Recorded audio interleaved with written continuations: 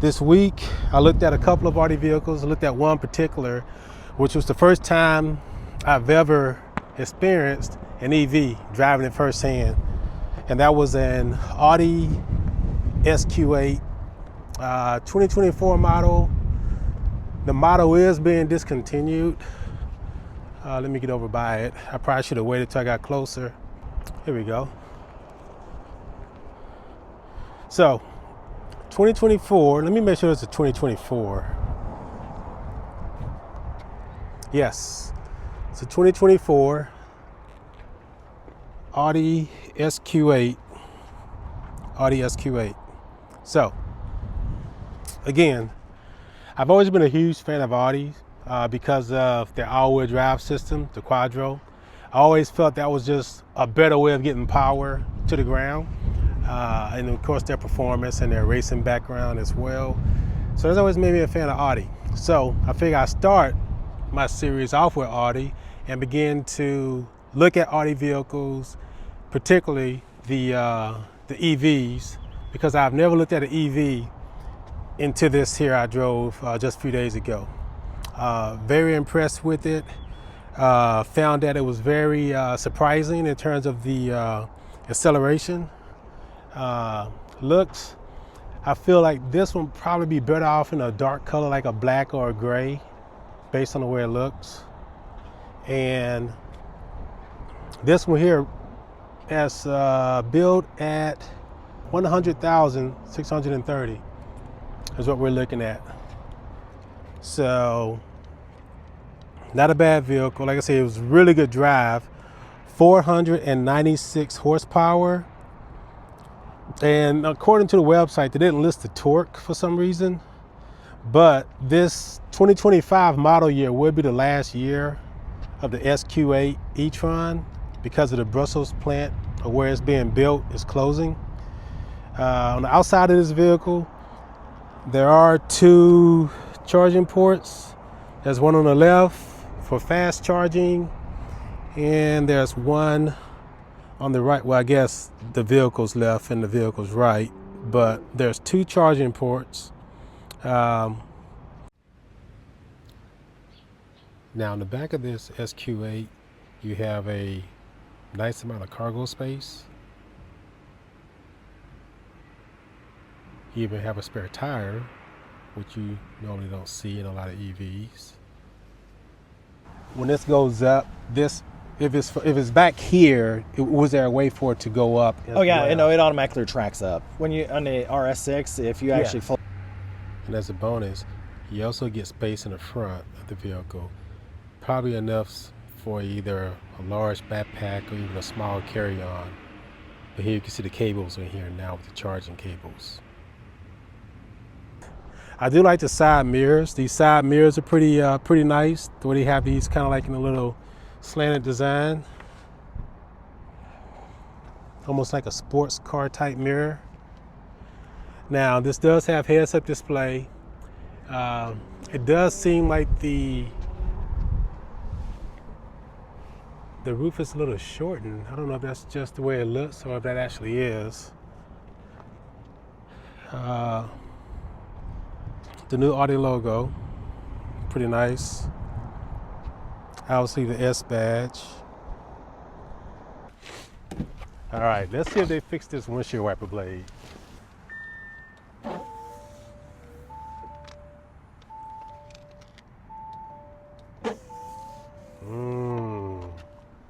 I don't know.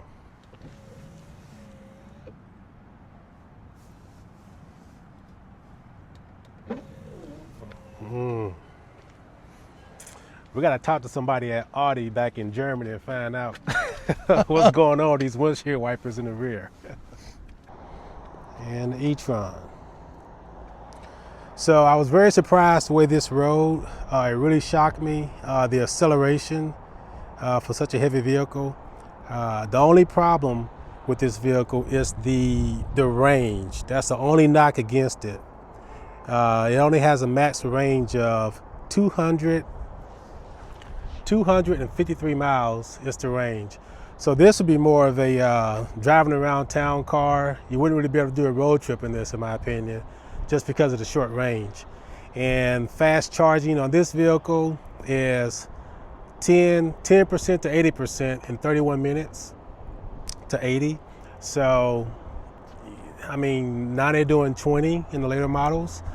But again, I did like the way this vehicle rode. So it definitely got me more curious now about the EVs and wanted to consider, you know, us getting the EV eventually here in the future. Now that I've driven one. I've always been against it for some reason, just kind of, you know, creature of habit, I guess. But this car, really nice on the outside, I think. But again, I think it would be better in a dark color. And it's kind of sucked that it's gonna go away. But it is a pretty penny at 100 grand, the way this one here is equipped. And I think the base price of this is at 90,000, just under 90,000 for the base price. So pretty costly. Now the interior. I'm here at Randy Stahl here at Audi Indianapolis, and to kind of see what the technology is like inside this vehicle. All right, Randy, so what do we have? So I guess the easiest way to explain a lot of stuff, this is a Prestige trim, so a lot of stuff is exclusive only to a Prestige. So this particular one, heads-up display, which you can only get that in a Prestige on an Audi. Easiest way to explain is our virtual cockpit is everything here is actually for the center here. Mm-hmm. Everything over here handles all this stuff over here. Standard equipment on the car, you know, blind spot detection, lane departure, adaptive cruise assist, adaptive cruise, rear cross traffic, autonomous front braking, and then also with the adaptive cruise assist is semi-autonomous driving. You still have to have your hands on the steering wheel. Okay. Okay, because there's detection system in here, so you can't stick a tangerine or anything in there. I guess that's something a little bit, well, and I see the charging stations as well, too. Exactly. You can set the points of interest up here, and it'll actually do that for you. Okay. The other thing is, you know, 1 year unlimited charging, DC fast charging, any Electrify America, so which is actually pretty slick, too. Okay. The big difference between this one and the Q6 is that this one has like a 28-minute charge time to get to 80%. Q6 has 21 minutes. Okay. So, all right. Back to I do it. Man, this would just be so much nicer if they just made power shades in these EVs, as you know, because that would just be nice. That's nice. That actually works. So Randy is 6'2", I'm 6'1", and we got some nice leg room back here. So that's not bad, actually. Okay, I'm impressed with this, Randy. I like that. And you have more of a real middle seat in this instead of a hump. Oh yeah, because it's a wider car than your SQ5. So okay. I did have some knocks on the interior a little bit. I did feel like, for whatever reason, Audi, at least in this 2024 model, are taking their time on bringing certain technology to the car. Some of that technology being like even making updates to the ambient lighting, for example. I think that was one of the things I was shocked to still see, that they had the same colors available, unlike, you know, Mercedes. Well, I know Mercedes, for example, having like multiple colors, more than the 40 that you can choose. Now, also, the other knock against this I felt too was I wasn't too crazy about the gear shift. I felt the gear shift was a little awkward. I can see people trying to shift constantly, and they probably won't do it for long, but having to resist the urge to try to move to fix the gear shift when it's actually just a mount, and the gear shift is actually going to be where your thumb is located. Just a little silver lever that you're going to move to shift into reverse drive or through the gears. This does have paddle shifters, which helps with the regen. So it does have regenerative braking, but I mean, I think at 100 grand, that is a lot. I don't know. What do you think? To the interior of this vehicle, there is a lot of space in the rear, which I also thought was a bonus of this vehicle. A lot of times you have that centerpiece, that center seat in the back where you really can't get a person to sit comfortably unless they're a small child. But in here, it's definitely wide enough to have 3 people my size sit in the vehicle. You know, I'm 6'1", 195, 200. So maybe 205 on a bad day. So it's definitely a interesting vehicle, but it's definitely got me more curious about the EVs now. So I think I'm definitely going to look more into seeing what the EVs have to offer. Now I do know in the 2025s, they have the SQ6, which is going to have newer tech inside. And that was one of the problems I had about the interior of this vehicle, was that some of the tech was still kind of hadn't leaped forward in advance that I would have liked to have seen it to have in the based on previous models as well as competitors.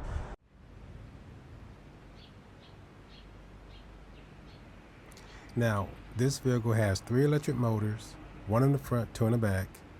That's 496 horsepower, 0 to 60 in 4.2 seconds. And it does have DC fast charging. So it's pretty quick, but that range is the one thing I think will hold it back at 253 max range. And of course, you lose some of that range based on conditions, and that kind of hurts a little bit. I mean, I don't think the front looks that bad. I do think it's hard to tell if it actually has matrix lighting. It doesn't look like it. It does have active arrow on the side of the vehicle as well.